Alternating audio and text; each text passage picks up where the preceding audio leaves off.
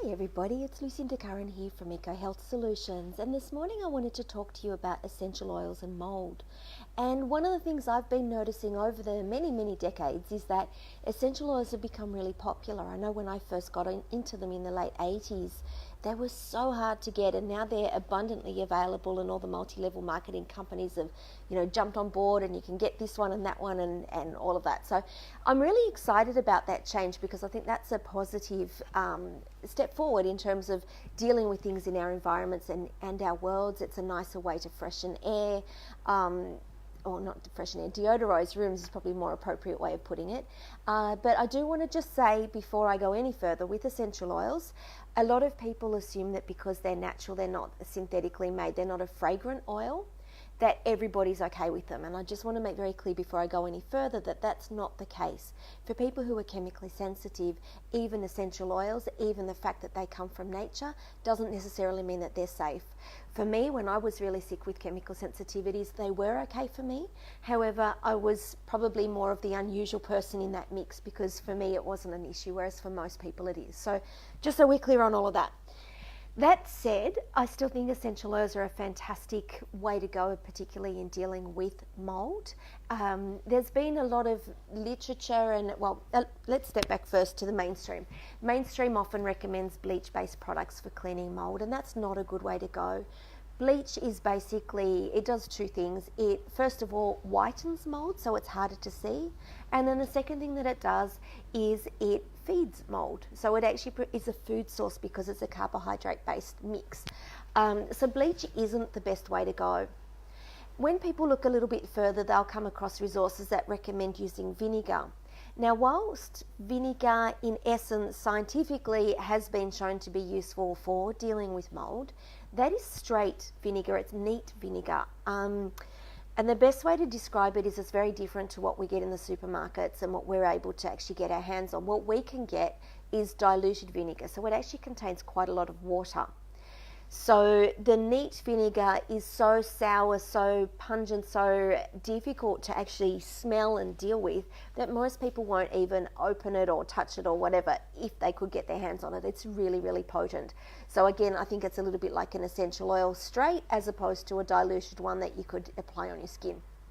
So that said too, vinegar is a better option than bleach, but it's still not my preferred way to go. I think essential oils are definitely a really good step, part of the mix in terms of dealing with mould, and not in terms of preventing the problem, because you need to actually deal with the source of the moisture. I always see mould as a moisture issue, and so you need to deal with the source of the moisture first and foremost. However, if you've got a little bit of mould that you want to clean, say in the bathroom, on a window, that kind of thing, then essential oils are a really handy part of the toolkit for that. And I want to say too that all essential oils have antimicrobial properties, so any of them would be useful. But if you want to go for the absolute best, the gold standard with essential oils for mould, then oregano essential oil is the best one. And I've got the Eco Health Solutions one here. I'll just put it up for the camera. So oregano essential oil has been found scientifically to be the best antimicrobial of the essential oils that have been tested. So this is my number one go-to. The other part of the thing that I like with oregano is it doesn't smell offensive. Usually when you pull it out and start using it, you tend to get hungry because it smells like oregano and reminds you of food.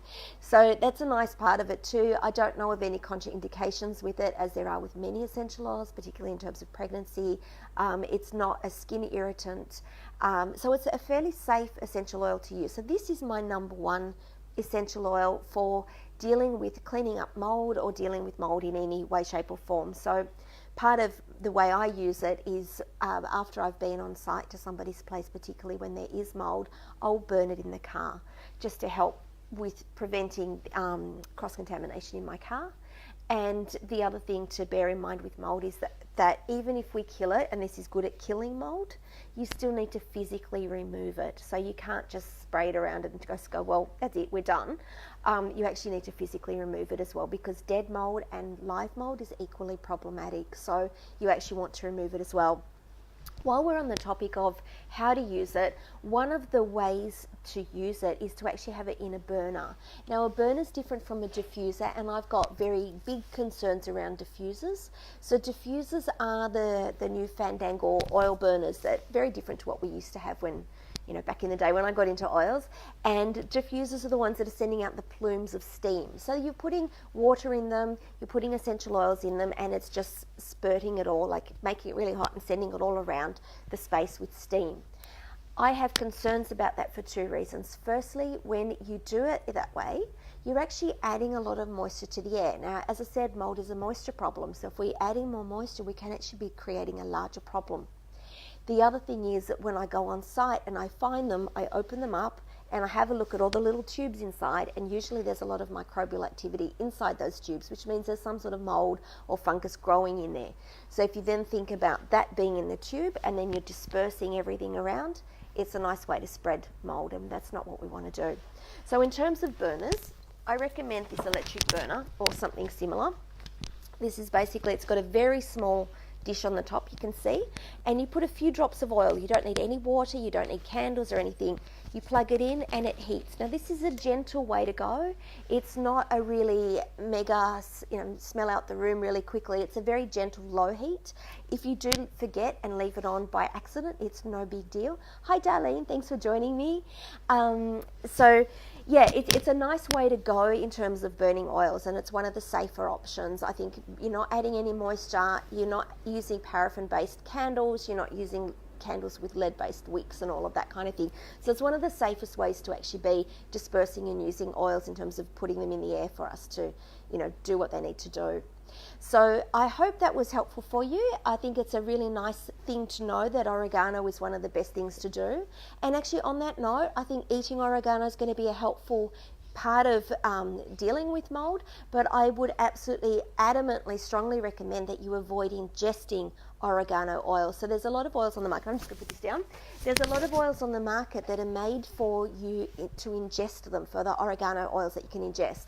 And I don't recommend that. As I said, oregano essential oil is the best antimicrobial.